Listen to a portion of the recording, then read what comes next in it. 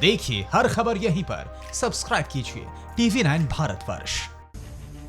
केंद्रीय मंत्री देवश्री चौधरी ने ममता बनर्जी पर नजरबंद करने का आरोप क्या लगाया। पश्चिम बंगाल से लेकर दिल्ली तक बीजेपी के नेता धरने पर बैठ गए क्योंकि माहौल लॉकडाउन का है, लिहाजा इसका ख्याल भी रखा गया। लेकिन लॉकडाउन में भी सियासत अपने पूरे शबाब पर दिखी। मेरा हक में अगर हाथ डाल दिया है तो समझ लीजिए वो हाथ बहुत जल्दी जलने वाला है। केंद्रीय मंत्री देवश्री चौधरी ने ममता बनर्जी पर आरोप लगाया है कि ममता ने उन्हें नजरबंद कर दिया और घर से निकलने नहीं दिया। ये आरोप लगना था कि बीजेपी ने दिल्ली से लेकर पश्चिम बंगाल तक दीदी के खिलाफ मोर्चा खोल दिया। पार्टी ने बंगाल सरकार पर एक के बाद एक कई आरोप मर दिए और कहा कि ममता कोरोना काल में भी सियासत कर रही। लॉकडाउन के ही बीच केंद्रीय मंत्री बाबुल सुप्रियो के घर आधा दर्जन नेताओं ने धरना दिया। जिस तरीके से बंगाल में उन्होंने कोविड का पूरा ये मसले को उन्होंने जिस तरीके से डील किया वो शर्मनाक ही सिर्फ नहीं है, बहुत खतरनाक है।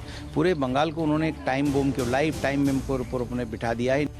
इस गुस्से के पीछे का वाकया कोरोना संक्रमण के खतरे से जुड़ा। दरअसल स्थानीय प्रशासन ने देवश्री चौधरी के घर पर 6 अप्रैल को 7 दिनों के लिए यानी 13 अप्रैल तक होम क्वारंटीन का नोटिस चिपका रखा था। देवश्री घर से 30 गज की दूरी पर घूमने गई थी। इतने में पुलिस आ धमकी और उन्हें उनके घर में ही नजरबंद कर दिया।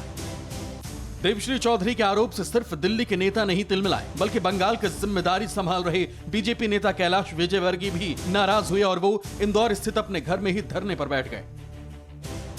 यानी दिल्ली से लेकर कोलकाता तक और कोलकाता से लेकर मध्य प्रदेश तक बीजेपी नेताओं ने केंद्रीय मंत्री को कथित तौर पर नजरबंद करने के आरोप में घेरा। क्यों छुपाना चाह रही है? क्यों लोगों को साथ लेकर नहीं लड़ रही है? क्यों लड़ाई कोरोना के बजाय केंद्र सरकार के खिलाफ कर रही है? ये बहुत बड़ा प्रश्न है। एक तरफ सेंट्रल टीम है जो कि प्रश्न उठा रहा है, दूसरी तरफ बीजेपी का कार्यकर्ता जो है वो प्रश्न उठा रहा है कि आखिरकार राज्य सरकार क्यों सबसे सच छुपा रहा है और झूठ का सहारा लेते हुए लोगों का जिंदगी खतरे पर डाल रहे हैं। परवाह देश की, सोमवार से शुक्रवार रात 10 बजे TV9 भारतवर्ष पर।